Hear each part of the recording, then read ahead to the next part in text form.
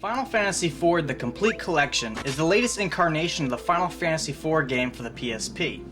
Over the years, Square has done a few re-releases of Final Fantasy IV on the PlayStation, WonderSwan, and Game Boy Advance, as well as the DS, but this incarnation is my favorite. Unlike the DS version, this PSP release sports a dramatic improvement to the graphics while keeping them 2D, and the English localization script is, for the first time, completely uncensored.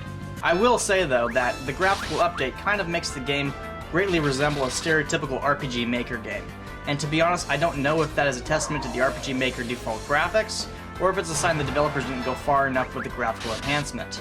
I'll let you decide. Final Fantasy IV is a game that is dear to my heart, as it was the second Final Fantasy game I played as a child, after Mystic Quest. The story follows the Dark Knight Cecil, who has been tasked with invading other kingdoms to locate elemental crystals for the King of Baron. Cecil wrestles with the morality of his actions through the early parts of the story, giving him more depth than gamers were used to when this game was first released.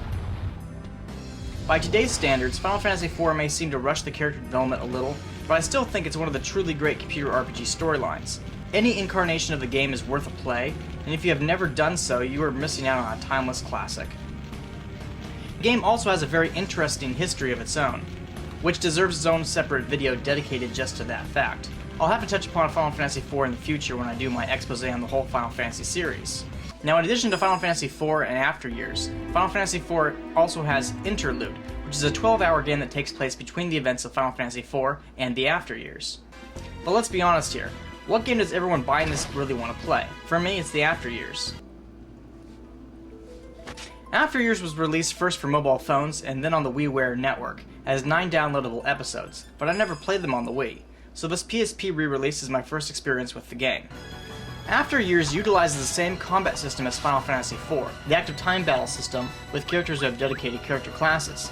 However, it does add 2 new subsystems, band moves and moon phases. Band moves are special combo attacks certain characters can pull off that cost both characters their turn. The band moves somewhat remind me of the combo attacks in Chrono Trigger, and I think it's a nice addition to the gameplay, as it gives more tactical variety to the characters. Additionally, the game has incorporated a concept of moon phases, not unlike that used in the Mega 10 series. During different phases of the moon, combat parameters change. For example, a full moon will half the damage a character deals with weapons, but double the damage of black magic spells. Stronger enemies also tend to appear during a full moon phase. Lastly, the number of special abilities each character has access to has been increased. After Years is divided into chapters that follow the stories of different characters in the storyline of Final Fantasy IV. Theodore, the son of Cecil and Rosa, kicks off the game, but eventually you have chapters devoted to characters such as Kain, Porom, Edward, and even Golbez.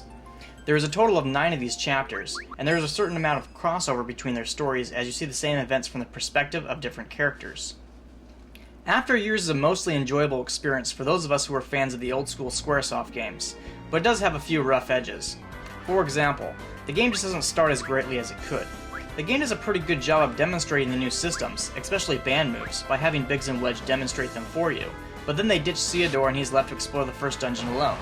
I was left puzzled by this turn of events. In a game whose most novel gameplay mechanic is a team attack system, why the hell is our main character roaming a dungeon by himself, and therefore completely unable to utilize that new and interesting gameplay mechanic?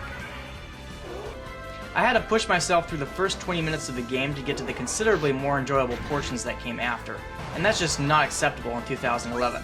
There is no longer any excuse for a game to have a boring portion, especially not with the number of amazing titles Square has produced. Even Final Fantasy IV initially paired Cecil with Kain, both of whom had interesting abilities to use right off the bat. That Theodore's first chapter is such a snooze fest is complete bullshit. Later, as I cleared each chapter, I found this formula continued. Every chapter has sections where you play a solo character and therefore cannot utilize the bands. I found myself wanting to rush through the first 9 chapters, so I could get to the final chapter where the characters actually start partying with each other on a reliable basis. Another thing that frustrated me was how random battles were implemented. Most computer RPGs of yesteryear have the computer generate a random number every time the character takes a step. If the random is higher or lower than the target number, then you enter a battle. As an example, let's suppose the number is 50. If the number generated is lower than 50, that means your character will enter a battle. The problem with this kind of design is that it is possible the first step your character takes after leaving a battle will trigger another battle, which tends to be very frustrating for the player. I'm not sure what the target number is in After Years, but I repeatedly got into battles every 3 to 6 steps. Most modern computer RPGs that use random battles protect against this sort of thing by not rolling the random generator until after the player has made at least 10 or 20 steps. But After Years clearly has no such mechanic to protect the player's sanity. This is a negative strike because it would have taken about a minute to insert that code, and the game would be the better for it. And there is no reason for all the constant battling either. I escaped from the overwhelming majority of battles, and didn't grind, and I was able to clear all the bosses the first time around. I should also note that each chapter contains about 4 hours of gameplay, and were originally sold for 300 to 800 Wii points, so I kind of suspect the After Years was created as a money grab tactic.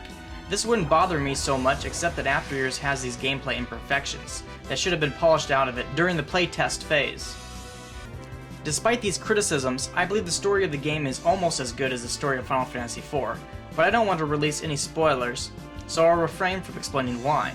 All I will say is that if you are a fan of Final Fantasy IV, you should have a blast with this game, as After Years further develops the characters while offering minor improvements to the battle system with the additions of the moon phases and the band moves and additional character abilities. I highly recommend you pick up this complete collection and enjoy this timeless classic as well as its 2 sequel games.